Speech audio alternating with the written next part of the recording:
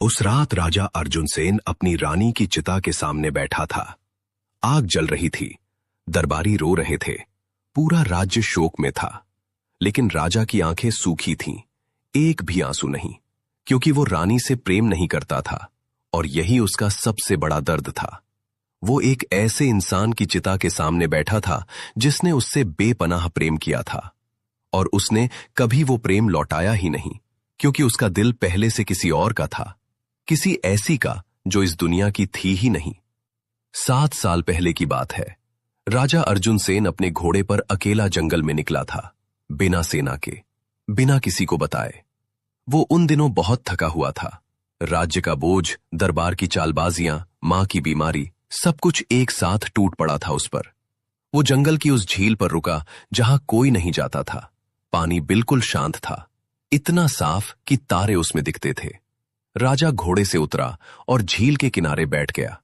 उसने सोचा, काश कोई होता, सिर्फ सुनने वाला, बस एक इंसान जो बिना किसी स्वार्थ के उसकी बात सुने। और तभी पानी में हलचल हुई। एक लहर उठी, बिना हवा के, बिना किसी कारण के, और झील के बीचों बीच से एक स्त्री निकली। राजा की सांसें रुक गईं।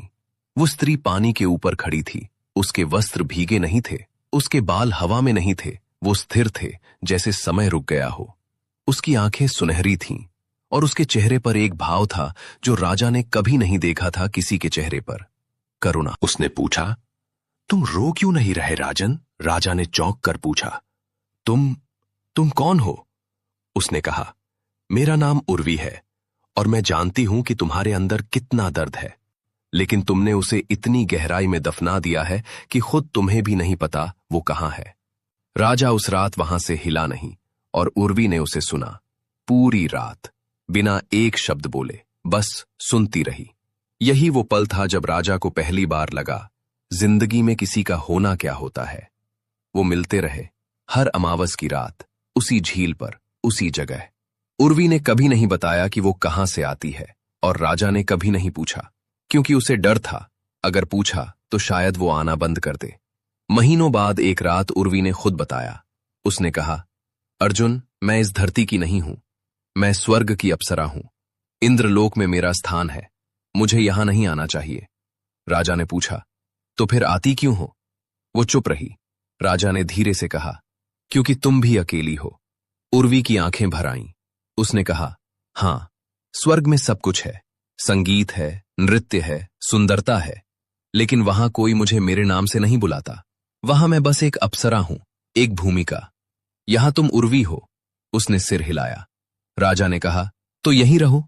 उसने कहा, अगर मैं यहां रही तो देवराज मुझे ढूंढ लेंगे और तब जो होगा उसे तुम झेल नहीं पाओगे। क्या होगा? वो बोली, वो तुम्हारे राज्य को नहीं, दिल को बर्बाद करेंगे। राजा ने उसकी आंखों में देखा और कहा, वो पहले से बर्बाद था उर्वी, तुम आई तो ठीक हुआ था। उस रात उर्वी ने एक बात कही जो राजा के सीने में उतर गई। उसने कहा, अर्जुन, जब मैं तुम्हारे पास होती हूं तो मुझे लगता है मैं सच में हूं, स्वर्ग में मैं बस दिखती थी। राजा ने पूछा, फर्क क्या है? उर्वी बोली, दिखना और होना दोनों अलग है।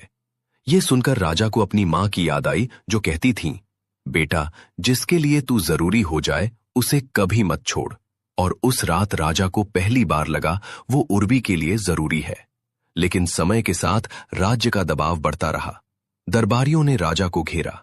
बोले, राजन, आपका विवाह नहीं हुआ, राज्य को उत्तराधिकारी चाहिए, लोग बात करते हैं। राजा ने टाला, महीनों टाला, लेकिन मां की बीमारी ने उसे झुका दिया। मां ने आखिरी सांसों में कहा, बेटा, एक वादा कर, तू विवाह करेगा। राजा क्या करता? उसने वादा किया। उस रात वो झील पर गया। उर्वी आई। राजा ने कहा, उर्वी, मुझे विवाह करना होगा। उर्वी एक पल के लिए रुकी, फिर मुस्कुराई, लेकिन वो मुस्कान उसकी आंखों तक नहीं पहुंची। उसने कहा, मैं जानती थी, मुझे माफ कर दो। उसने कहा, तुमने कुछ गलत नहीं किया, तुम इस धरती के हो, तुम्हें यहां जीना है, मैं तुम्हें रोक नहीं सकती। राजा रो रहा था। उर्वी ने उसके आंसू पोंछे और बोली, रो मत, तुम्हारे आंसू मुझे कमजोर कर देते हैं। अगर मैं वादा नहीं करता मां से, तब भी यही होता। उसने राजा की बात काटी। मैं अप्सरा हूं, मेरे और तुम्हारे बीच सिर्फ ये रातें थीं, बस। नहीं, राजा ने कहा, तुम मेरी थीं, तुम मेरी हो। उर्वी खड़ी हुई, उसके पैर पानी की ओर बढ़े। राजा ने कहा, रुको, कम से कम ये बताओ, क्या तुम मुझसे प्रेम करती हो? वो रुकी, पीठ फेरे खड़ी रही और धीमी आवाज में बोली, अगर नहीं करती होती तो 7 साल पहले उस रात पानी से नहीं निकलती। और वो झील में उतर गई। राजा झील के किनारे बैठा रहा पूरी रात। राजा ने विवाह किया। रानी अच्छी थी, समझदार थी, लेकिन राजा का मन वो झील पर था। हर अमावस की रात वो वहां जाता था, लेकिन उर्वी नहीं आती थी। 6 साल बीत गए। रानी बीमार पड़ी और एक दिन चली गई। और अब राजा उसी चिता के सामने बैठा था। उसकी आंखें सूखी थीं। उसे रानी का दर्द था। वो एक ऐसी स्त्री थी जिसने उससे पूरे दिल से प्रेम किया, और उसे कभी वो प्रेम नहीं मिला। वो उठा, महल छोड़ा, उस रात फिर झील पर गया। पानी शांत था। उसने कहा, उर्वी, कोई हलचल नहीं। उसने फिर कहा, उर्वी, मैं जानता हूं तुम सुन रही हो। पानी में एक लहर उठी और उर्वी सामने थी। वो पहले जैसी ही थी, वैसी ही सुनहरी आंखें, वैसा ही चेहरा। लेकिन उसके चेहरे पर अब वो करुणा नहीं थी, वहां था दर्द। राजा ने कहा, तुम ठीक हो? उर्वी ने कहा, तुम्हारी रानी चली गई। हाँ। और तुम यहां आए? हाँ। उर्वी की आंखें भर आईं। उसने कहा, तुम बहुत क्रूर हो। राजा ने चौंक कर कहा, मैंने क्या किया? उर्वी बोली, एक स्त्री ने तुम्हें 6 साल प्रेम किया और आज उसकी चिता की आग ठंडी भी नहीं हुई और तुम यहां आ गए। राजा को जवाब नहीं मिला। उर्वी ने कहा, अर्जुन सुनो, मैंने तुमसे प्रेम किया, तुमने मुझसे प्रेम किया, लेकिन उसने जो किया वो प्रेम नहीं था, वो त्याग था, और त्याग प्रेम से बड़ा होता है। राजा की आंखें भर आईं। पहली बार वो रात भर रोया और उर्वी बस बैठी सुनती रही, जैसे 7 साल पहले सुनती थी। सुबह होने से पहले उर्वी ने कहा, अब मैं नहीं आऊंगी। राजा ने कहा, क्यों? क्योंकि जो तुम्हें अभी चाहिए वो मैं नहीं दे सकती। तुम्हें अपनी रानी को याद करना है, उसके दर्द को महसूस करना है, उसके प्रेम का सम्मान करना है। मेरे यहां रहने से वो नहीं होगा। राजा ने कहा, और तुम? उर्वी मुस्कुराई, असली मुस्कान।